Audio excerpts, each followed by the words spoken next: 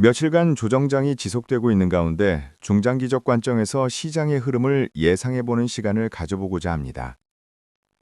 최근 지수를 살펴보면 엘리어트 파동 이론상 1파의 상승 이후에는 2파에서 조정이나 하락이 나타나고 이후 3파에서 다시 상승이 이어지는 흐름을 보입니다.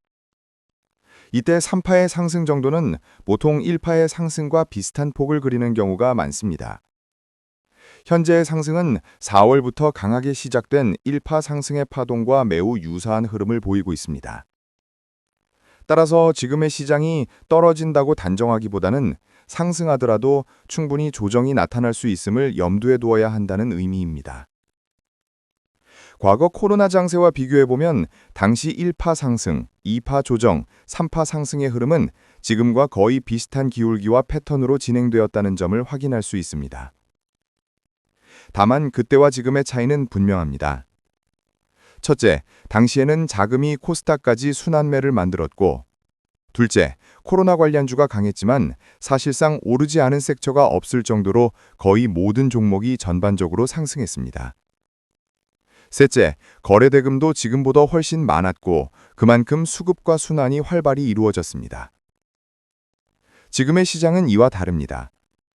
첫째, 수급이 코스피, 그 중에서도 대형주 중심에 집중되어 있고, 둘째, 외국인을 중심으로 들어왔던 자금이 최근 빠르게 이탈하는 모습을 보이고 있습니다. 셋째, 순환매보다는 특정 섹터 중심으로만 오르고 떨어지는, 즉 코로나장보다 훨씬 더 큰 변동성을 가진 시장이 되고 있다는 점입니다.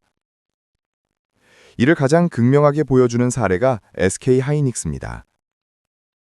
2025년 4월 기준 SK하이닉스의 시가총액은 약 140조 원 수준이었습니다. 그런데 불과 6개월 만에 거의 300%나 상승하며 고가 기준 450조 원까지 치솟았습니다. 시가총액 310조 원이라는 엄청난 금액이 단기간에 늘어난 것입니다. 이처럼 거대한 종목이 하루에도 등락률이 10%를 넘나들며 급등과 급락을 반복하는 것은 매우 이례적인 현상이었습니다. SK하이닉스가 하루에 10% 이상 오른 날은 코로나 하락장에서 반등하던 시기를 제외하면 거의 15년 만에 일어난 사건이었습니다. 이 종목을 통해 확인할 수 있는 것은 올 4월부터의 상승장이 오르는 종목만 오르는 장이었다는 점입니다.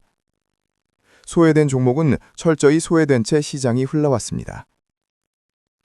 결국 자본은 순환을 통해 건전한 소화와 건전한 상승을 만들어야 합니다.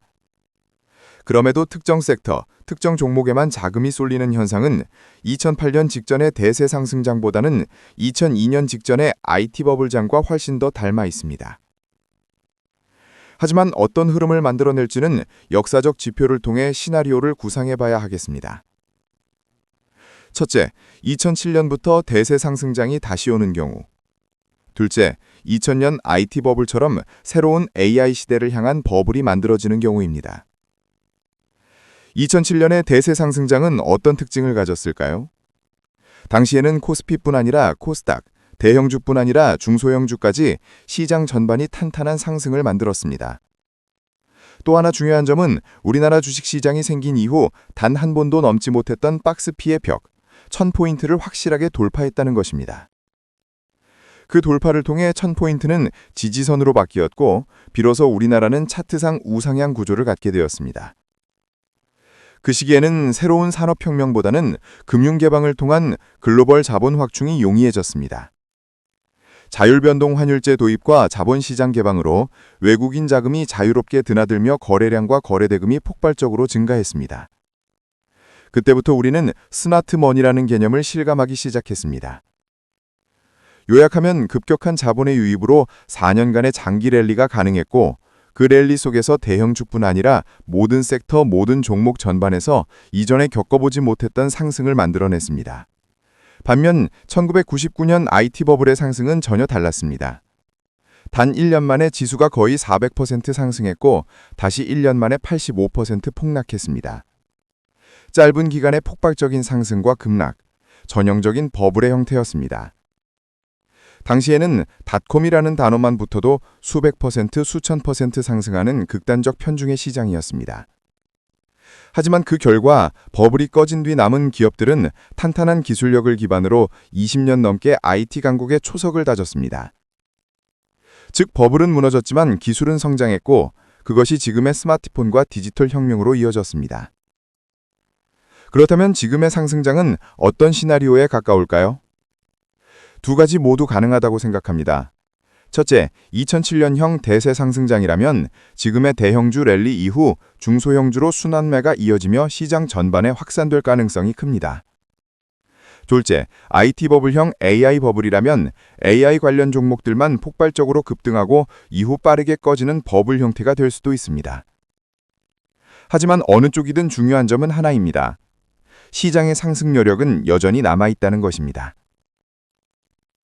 2007년형 대세 상승장 시나리오를 먼저 보겠습니다. 그때처럼 자금의 선발대가 대형주 중심으로 먼저 진입하고 그 후에 낙수 효과로 중소형주로 확산되는 흐름입니다. 이 과정에서 거래량이 폭발하며 시장은 본격적인 확장 국면에 들어갑니다. 현재의 시장이 3,000-4,000포인트라는 절대 저항선을 돌파하기 위한 전초전이라면 앞으로 더 큰 자금 유입이 발생할 가능성도 충분합니다. 그 근거는 세 가지입니다. 첫째, 전 세계 거의 모든 자산이 신고가 구간에 진입했다는 점. 둘째, 통화정책이 저금리와 완화로 기조 전환 중이라는 점. 셋째, 신산업 중심의 글로벌 재편 속에서 한국의 역할이 더욱 중요해지고 있다는 점입니다. 이 모든 조건이 우리 시장이 20년 만에 새로운 자본 확중의 시대로 들어설 수 있는 근거가 됩니다. 특히 삼성전자, 현대차, SK, 네이버, 한화오션 등 우리나라 주요 산업군이 글로벌 공급망에서 미치는 영향력을 고려한다면 충분히 가능성 있는 시나리오입니다. 만약 이 시나리오가 맞다면 대형주에서 시적된 자금은 머물지 않습니다. 실물 산업에서도 하청업체로 자금이 흐르듯이 주식시장에서도 중소형주로 이동합니다. 이렇게 순환매가 일어나야 진짜 대세 상승장이 만들어집니다. 결국 지금 대형주가 상승하고 그 대형주가 조정을 받는다는 것은 상승의 시작에 불과합니다. 중소형주는 아직 시작도 하지 않았습니다. 따라서 상승 여력은 충분합니다. 이제 두 번째, IT 버블, AI 버블 시나리오입니다. IT 버블 당시 코스닥은 400%, 나스닥은 580% 상승했습니다. 하지만 현재 우리 지수는 올해 저점 대비 73% 상승에 불과합니다. 즉 AI 버블이라면 지금은 아직 초입에 불과하다는 뜻입니다. 버블이라면 광기가 만들어져야 합니다. 그런데 지금 시장은 아직 광기가 없습니다.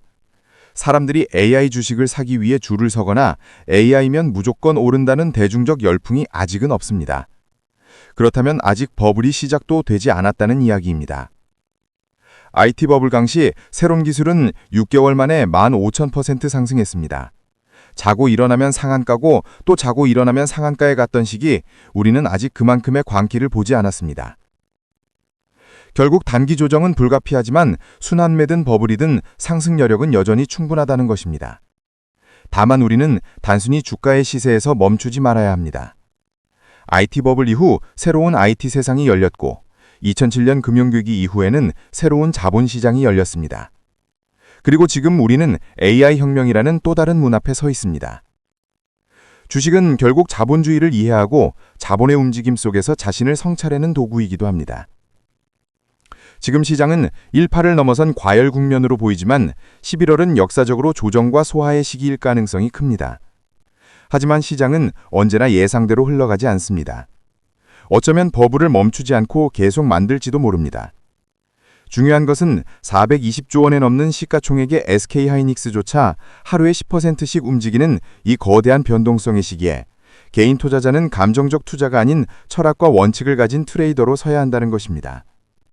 수익률보다 중요한 것은 이 시장 속에서 어떤 원칙으로 살아남을 것인가에 대한 끊임없는 시장과의 소통입니다.